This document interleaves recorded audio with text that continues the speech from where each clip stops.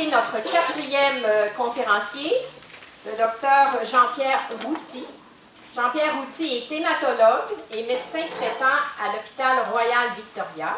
Il est aussi professeur dans les départements de médecine et de médecine expérimentale à l'Université McGill. Le docteur Routy a consacré les 2 dernières décennies, ça veut dire 20 ans, à la science et à l'innovation des traitements pour le VIH et le sida, afin de combattre les défis en soins de santé. Il a établi une importante cohorte montréalaise pour étudier l'infection du VIH, qui a généré des résultats concluants sur la pathogénèse du VIH et la résistance aux médicaments. Le Dr Routy est aussi co-responsable de l'équipe Vaccines and Immunotherapies du réseau canadien pour les essais VIH des instituts de recherche en santé du Canada. Donc, Dr Routy, à vous la parole. Merci beaucoup, Madame Lambert-Lagacé. Merci à tout le monde d'être venu. Je vois qu'il y a beaucoup plus de personnes ici quand c'est des réunions de l'IRCM ou du CHUM que si c'était à McGill. Alors, bravo. Et nous sommes très heureux d'être là et de pouvoir parler enfin français dans ces réunions. Alors, le problème, c'est celui du traitement. C'est-à-dire que le Dr Weinberg a montré l'optimisme des nouvelles thérapies. Évidemment, si on a l'argent et si on prend les médicaments tous les jours, ce qui est quand même des contraintes très difficiles. Et si on veut rêver, essayer de rêver ensemble, est-ce qu'on pourrait un jour enlever ce virus et laisser les personnes libres de vivre sans ce stigma qui est aussi une cicatrice sociale très dure à porter. Alors, comme l'a dit le docteur Cohen, quand le virus diminue, contrairement à ce qui se passe dans l'hépatite C, au bout de 3 mois, quand le virus de l'hépatite C est à 0, la plupart des gens guérissent, c'est-à-dire que le virus est diminué et le corps fait le nettoyage terminal.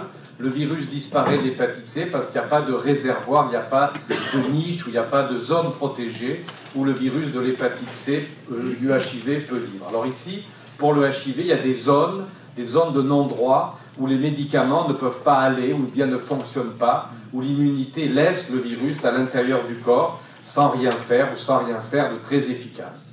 Donc on voit que la virémie baisse, mais le virus est là comme un feu qui dort. Et dès qu'on arrête la trithérapie, au bout de 2 semaines, le virus revient avec toute l'énergie du premier jour. Alors qu'est-ce qu'on peut faire pour bloquer ce cercle vicieux au-delà des thérapies antirétrovirales qui marchent la plupart du temps maintenant très bien? Eh bien, le virus n'est pas enlevable pour 2 raisons, au moins les 2 raisons que l'on pense et qui sont acceptées, disons, de façon globale au niveau de la communauté scientifique internationale. C'est que soit le virus reste dans des parties du corps où les médicaments vont moins bien, comme dans le cerveau par exemple, ou dans l'intestin. Donc l'idée pour les médecins qui traitent les personnes, c'est si on donnait plus de médicaments à des doses plus fortes, ou au lieu d'en donner 3, si on en donnait 5, on pourrait plus avoir de pression dans des zones de non-droit, et on pourrait peut-être aller mieux. Et on appelle ça des sanctuaires, enfin des zones où le virus serait peut-être en sorte de liberté, indépendamment des médicaments. Et donc, il pourrait y avoir une réplication virale à bas bruit qui maintient le virus parce qu'il y a des zones où les médicaments ne rentrent pas assez. Pour d'autres, c'est qu'il y a ces cellules à longue vie, dont a parlé aussi le Dr Cohen, où le virus se cache, se met à l'abri, paradoxalement, de cellules anti-VIH. Et quand vous avez attrapé la rougeole, petite fille ou petit garçon, vous gardez l'immunité de ces cellules, même en absence du virus de la rougeole, toute votre vie, parce qu'il y a des cellules à longue vie qui gardent l'immunité. C'est pour ça qu'on n'a qu'une fois les maladies de l'enfance. Eh bien, la perversité du HIV, c'est qu'il va se loger dans les cellules anti-lui-même, anti-HIV. Alors, comme le corps croit bien faire, il fait des cellules à vie longue anti-HIV. Mais il ne sait pas qu'il a le virus dans le ventre, dans son propre noyau, ce qui fait que les cellules vont vivre longtemps, même sous trithérapie, et a priori aussi longtemps que la personne. Et donc, c'est ce qu'on appelle ces cellules à vie longue. Et à ce moment-là, on peut soit tenter de réveiller le virus par des médicaments qui vont le pousser hors du noyau, un réveil des gènes, comme ça existe dans certaines nouvelles chimiothérapies pour le cancer, et en espérant que l'immunité, que le contrôle du corps naturel sera plus fort et va emporter le virus, le manger avec la cellule. Alors, qu'est-ce que on peut faire? Alors on a discuté tout à l'heure l'histoire de réservoir, donc il y a des parties du corps où les médicaments rentrent moins bien et qui laisseraient peut-être le virus brouter tranquillement les cellules sans être ennuyé.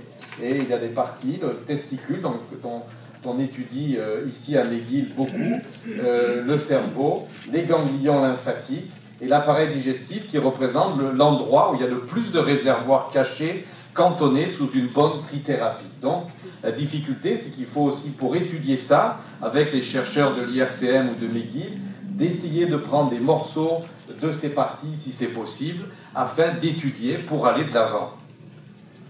Alors, où se cachent les CD4? Eh bien, paradoxalement, le virus se cache là où il tue les cellules. Mais il ne les tue pas tous, parce qu'il reste caché dans certaines cellules qu'il ferait mieux de tuer pour qu'il y en ait des nouvelles. Mais il reste dans ces fameux CD4 qui sont les chefs d'orchestre de la réponse immunitaire, et beaucoup moins dans d'autres cellules, et un tout petit peu quand même dans les monocytes. Vous voyez, on nous fait la leçon, donc 95% dans les lymphocytes, dans les cellules qui meurent par le VIH. Mais paradoxalement, elles ne meurent pas toutes, et c'est le réservoir. C'est comme s'il tuait tout le monde et il en gardait une poignée pour lui. C'est un peu surprenant. Alors, est-ce qu'on peut prédire la taille du réservoir? Puisqu'on dit que si on ne peut pas éradiquer le VIH, c'est qu'il se cache. Est-ce qu'on peut dire, est-ce que tel patient, lui, a un gros réservoir, lui un petit réservoir, comme quand on fait le plein, quand on a un 4x4 ou une petite tercelle? Ben là, c'est la question qu'on se pose. Eh bien, ce qu'on a fait l'étude ici, en collaboration avec McGill et l'IRCM et avec le CHUM à Saint-Luc, c'est de regarder des gens récemment infectés en primo-infection et de montrer ce qui semble assez logique, c'est que plus on est traité tôt, moins le virus a le temps de se mettre partout, et le virus qui reste caché 3, 4, 5 ans après une petite trithérapie, vous voyez que plus on a été rapide à initier le traitement, moins il y a de virus cachés. Et ceux qui ont commencé les traitements 4-5 ans après, malgré qu'ils soient à zéro et que le virus ne se réplique pas de façon très mesurable dans le sang, il y a beaucoup plus de virus cachés. Et on voit que plus on est vieux, comme beaucoup de choses en médecine, eh bien, moins bien on est parce qu'il y a plus de place pour le réservoir du VIH. Donc, plus on traite tôt, plus le virus caché est petit. Alors, maintenant, comment on peut rêver qu'un jour on puisse arriver tous ensemble à éradiquer, tous ensemble à l'IRCM, McGill et le CHUM, bien sûr. Donc on peut bloquer la réplication virale qui reste cachée, donc aller attaquer dans les réservoirs où les médicaments anti-HIV usuels rentrent moins bien. On peut faire sortir le virus qui est caché dans le noyau, qui est comme un locataire qui ne paierait pas de loyer, donc il est bien, il ne peut pas sortir. Donc il faut le faire sortir de force, et des fois, en hiver, vous savez qu'il y a des lois qui empêchent de le faire. Donc on aimerait le faire sortir, mais s'il sort, il faut que la cellule soit mangée et tuée, autrement il peut re-rentrer, et ça ne suffit pas. On peut rendre, comme un vaccin, rendre le corps plus fort, et aussi on peut créer des cellules non infectables, ce qui serait formidable. Alors, c'est pas très compliqué pour faire une présentation de nos jours. Il suffit de regarder les journaux et d'avoir l'air de faire des présentations assez fraîches. Autrement, le public va dire c'est toujours pareil. Vous voyez que la date ici, c'est le 29 avril dans le New York Times. Donc, c'était hier soir à minuit. Donc, vous voyez qu'on se tient encore un peu au courant. Et c'est facile de faire une conférence sur la guérison du sida. Il n'y a qu'à lire un petit peu l'anglais. Donc, est-ce qu'on peut guérir? Pas encore. Et ils nous disent, ils nous donnent un peu le plan. Bien sûr, il y a l'Américain qui vivait à Berlin, dont a parlé le docteur Cohen, il y a le bébé, et il y a aussi les 14 patients français. Alors, vous voyez, le plan est là, pourquoi pas le suivre? Alors, le patient de Berlin, il est tout souriant. Vous voyez que ce n'est pas du pipeau. 30 avril, c'est d'aujourd'hui, parce que c'est sorti hier soir, mais daté d'aujourd'hui, donc ce n'est pas des trucs qu'on vous ressort à chaque fois. Et vous voyez que Timothy, qui a eu ce HIV, qui a eu une leucémie, et qui a eu un changement de sang, qu'on appelle une greffe de moelle avec quelqu'un d'autre, mais qui avait un virus non infectable. Il semble aller très bien. Il est officiellement guéri de sa leucémie et de son sida. Donc il est le modèle, il est l'icône où tout le monde en aimerait faire pareil avec des traitements beaucoup plus simples parce que les greffes de moelle dans les meilleurs centres au monde, c'est 5% de mortalité dans les 3 premiers mois, quoi qu'on fasse.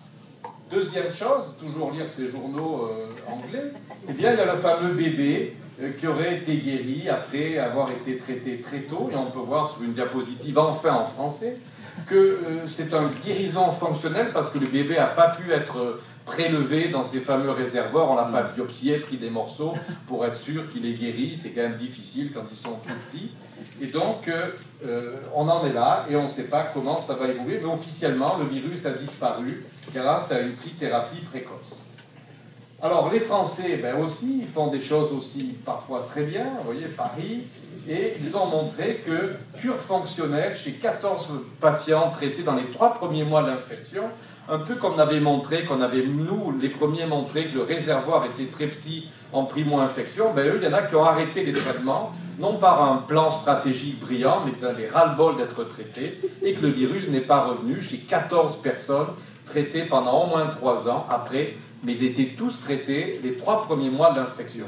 Donc si on traite tôt, peut-être que les réservoirs n'ont pas bien le temps de s'établir, ou s'établir dans des cellules à vie moins longue, qu'on appelle les cellules effectrices, c'est pas mémoire à vie longue, et qu'au bout d'un certain temps, ils pourraient disparaître. Donc voilà quelque chose de très important et qui va être présenté cet été au Congrès mondial, comment on peut apprendre de ces observations et comment de 14 on pourrait passer à 40 000 un jour, j'espère.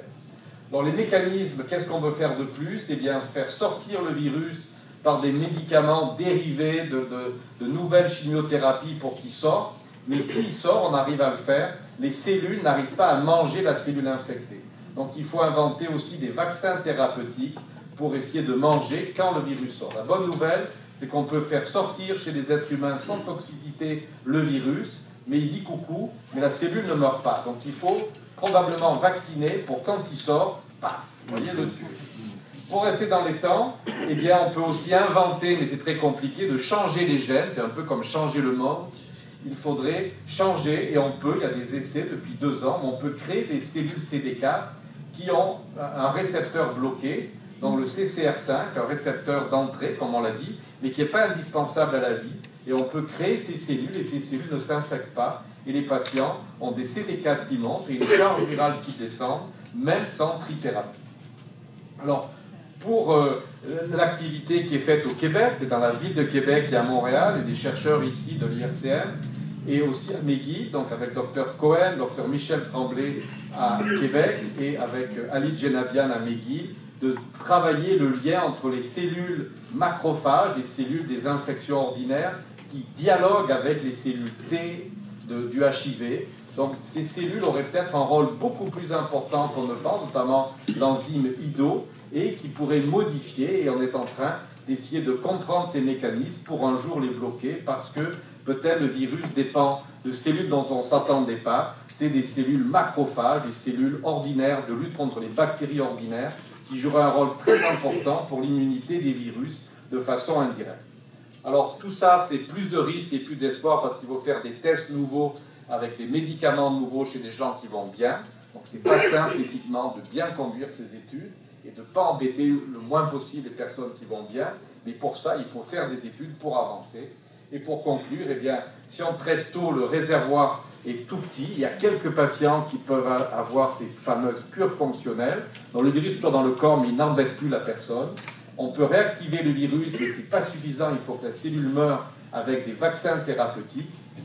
Et c'est ça qu'on veut faire avec d'autres produits et la nécessité de collaboration, notamment au Québec et au Canada. Je voudrais aussi remercier Mario Logo qui nous permet de faire ces recherches du laboratoire à la clinique et à ce dialogue qu'on a avec les 2 universités à Montréal. Merci.